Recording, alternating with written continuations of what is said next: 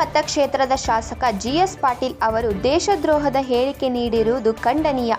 ಇಂಥವರ ಮೇಲೆ ಪೊಲೀಸ್ ವರಿಷ್ಠಾಧಿಕಾರಿಗಳು ಸೂಕ್ತ ಕ್ರಮ ಕೈಗೊಳ್ಳಬೇಕೆಂದು ಜೆಡಿಎಸ್ ಗದಗ ಜಿಲ್ಲಾಧ್ಯಕ್ಷ ಎಂವೈ ಮುದೋಳ್ ಆಕ್ರೋಶ ವ್ಯಕ್ತಪಡಿಸಿದರು. ಅವರು ನಮ್ಮ ಸುದ್ದಿವಾಹಿನಿಯೊಂದಿಗೆ ಮಾತನಾಡುತ್ತಾ ಮುಖ್ಯಮಂತ್ರಿ ಸಿದ್ದರಾಮಯ್ಯ ಅವರನ್ನು ಯಾರಾದರೂ ಕೆಳಗಿಳಿಸಲು ಮುಂದಾದರೆ ಇದು ಬಾಂಗ್ಲಾದೇಶವಾಗುತ್ತೆ. ಪ್ರಧಾನಿ ನರೇಂದ್ರ ಮೋದಿಯವರ ಮನೆಗೆ ಮುತ್ತಿಗೆ ಹಾಕುತ್ತೇವೆ ಎಂದು ಜನರ ದಿಕ್ಕನ್ನು ತಪ್ಪಿಸುವ ಕೆಲಸ ಮಾಡುತ್ತಿದ್ದೀರಿ.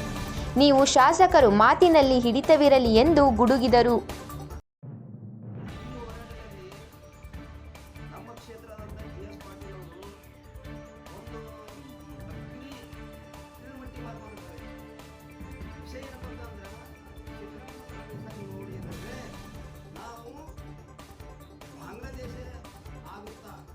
ನರೇಂದ್ರ ಮೋದಿ ಅವರಿಗೆ ಮನೆ ಮುತ್ತಿಗೆ ಹಾಕ್ತಿಲ್ಲ. ಬಾಂಗ್ಲಾದೇಶ ಆಗುತ್ತಂತ ಇಲ್ಲಿ ಯಾಕೆ ನೀವು ಮಾತಾಡಿದ್ದೀರಿ? ನೀವು ಅಂದ್ರೆ ಜನರಿಗೆ ದಿಕ್ಕು ತಪ್ಪಿಸುವಂಥ ವಿಷಯಗಳು ಏರ್ಪಡಿಸ್ತೀರಿ ನೀವು. ಇಲ್ಲಿ ಎಲ್ಲರೂ ಒಂದು ನಮೂನೆ ಏನಪ್ಪ ಅಂದ್ರೆ ಕ್ಷೇತ್ರ ಒಳಗೆ ಚೆನ್ನಾಗಿದ್ದಂಥ ಕ್ಷೇತ್ರ ಇದು. ಇದ್ರೊಳಗೆ ನೀವು ಜನರಿಗೆ ತಪ್ಪು ಸಂದೇಶ ಕೊಡಬೇಕಲ್ಲ ಶಾಸಕರೇ, ನಿಮ್ಗೆ ಇದು ಸರಿ ಅನ್ಸುತ್ತಾ? ಅದಕ್ಕೆ ನಾವು ಮಾತಾಡ್ಬೇಕಾರ ಒಬ್ಬರು ಶಾಸಕರು ಜವಾಬ್ದಾರಿ ವಹಿಸೋರು ಅದನ್ನ ಜನರಿಗೆ ತಪ್ಪು ಸಂದೇಶ ಹೋಗಲಾದಂತ ನೀವು ಮಾತಾಡಬೇಕಿತ್ತು. ನೀವು ಮಾತಾಡಿದ್ದು ನಮ್ಮದ ಒಂದು ಅಧ್ಯಕ್ಷನಾಗಿ ನಾನು ಖಂಡನೆ ಮಾಡ್ತೀನಿ. ಈ ಮಾತು ನೀವು ವಾಪಸ್ ತಗೋಬೇಕು.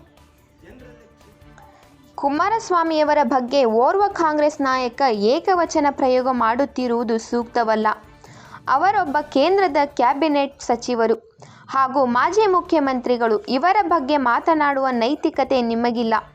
ನೀವು ಎಲ್ಲಿ ಇದ್ದೀರಿ, ಯಾರಿಂದ ಬೆಳೆದಿದ್ದೀರಿ ಎನ್ನುವುದು ಎಲ್ಲರಿಗೂ ಗೊತ್ತಿದೆ ಎಂದು ಹೇಳಿದರು. ಮತ್ತೆ ಇನ್ನೊಬ್ಬರು ಕಾಂಗ್ರೆಸ್ ಪಕ್ಷದ ಒಳಗೊಬ್ಬ ದೊಡ್ಡ ಲೀಡರು, ಸೂರರು, ಬೀರರು ಅಂತ ಹೆಸರು ಪಡೆಯಕತ್ತಾರ. ಅವರು ಅವ್ರ ಇತಿಹಾಸ ಎಲ್ಲರಿಗೂ ಜನರಿಗೆ ಗೊತ್ತೈತಿ. ಏನಂತಾರ ಅವರು? ಮೈಕ್ ಸಿಕ್ಕತಿ, ಟೇಜ್ ಸಿಕ್ಕತಿ ಅಂತ ಎಲ್ಲರಿಗೂ ನಿಮ್ಗೆ ಗೊತ್ತು ಮಾಡಿಸ್ತೀನಿ. ಕುಮಾರಸ್ವಾಮಿ ಎಲ್ಲ ಯಾವ ಸ್ವಾಮಿ ಅಂತ ಏಕೋತಿನ ಮಾತಾಡ್ತಾರೆ. ಅವರು ಒಂದು ಕ್ಯಾಬಿನೆಟ್ ಕೇಂದ್ರ ಸಚಿವರು, ರಾಜ್ಯದ ಮಾಜಿ ಮುಖ್ಯಮಂತ್ರಿಗಳು, ರಾಜ್ಯ ಅಧ್ಯಕ್ಷರು. ಅವ್ರ ಬಗ್ಗೆ ಮಾತಾಡಕ ಯಾ ನೈತಿಕೆ ಐತೆಪ್ಪ ಪುಣ್ಯಾತ್ಮ? ನೋಡಿ ಮಾತಾಡಕ್ ಬ್ಯಾಡ ಅನ್ನಲ್ಲ. ಮಾತಾಡಕ ಬಾಯಿದಂತ ಏನಾದ್ರೂ ಮಾತಾಡಿದ್ರ ಜನರು ಅಂತ ತಿಳ್ಕೊಂತಾರ. ನೀವು ಎಲ್ಲಿದ್ರಿ, ಏನು ಮಾಡಿದ್ರಿ, ಯಾರಿಂದ ಬೆಳೆದೊಂದು ಬೆಳಗ್ಗೆ ಬಂದ್ರೆ ಗೊತ್ತಾಯ್ತಾ? ಹೋದ್ರಲ್ಲ ಅಲ್ಲೇ ನಮ್ಮ ಕುಮಾರಸ್ವಾಮಿ ಹತ್ರ ಏನೇನು ನಡ್ಸ್ಕೊಂಬಂದ್ರಿ, ಏನೇ ಮಾಡ್ಕೊಂಬಂದ್ರಿ ಗೊತ್ತಿಲ್ವ ನಮ್ಗೆ? ಮಾತಾಡ್ಬೇಕಾರ ಭಾಳ ಎಚ್ಚರಾಗಿ ಮಾತಾಡ್ರಿ. ಯಾಕಂದ್ರೆ ನಮಗೆ ಗೊತ್ತೈತಿ ನಾವು ಏನು ಮಾತಾಡ್ತೀವಿ, ನಮ್ಗೆ ಗೊತ್ತೈತಿ. ನೀವು ಏನಾದ್ರು ಒಂದು ವೇದಿಕೆ ಮೇಲೆ ಮಾತಾಡಬೇಕಾಗತ್ತಂದ್ರೆ ನಮ್ಮ ಪಕ್ಷದಿಂದ ಉಗ್ರ ಹೋರಾಟ ಮಾಡ್ತೀವಿ. ನೀವು ಕ್ಷಮೆ ಕೇಳಬೇಕು. ನಿನ್ನೆ ಮಾತಾಡಿದ ಮಾತು ವಾಪಸ್ ತಗೋಬೇಕು, ಜನರಲ್ಲಿ ಕ್ಷಮೆ ಕೇಳಬೇಕು. ಇದು ನಾವು ಕ್ಷಮೆ ಕೇಳಿಲ್ಲ ಅಂದ್ರೆ ಮುಂದಿನ ದಿನದಲ್ಲಿ ನಾವು ಒಂದು ವೇದಿಕೆ ಮ್ಯಾಗ ನಾವು ಏನು ಮಾತಾಡ್ಬೇಕು ನಮ್ಗೆ ಗೊತ್ತೈತಿ.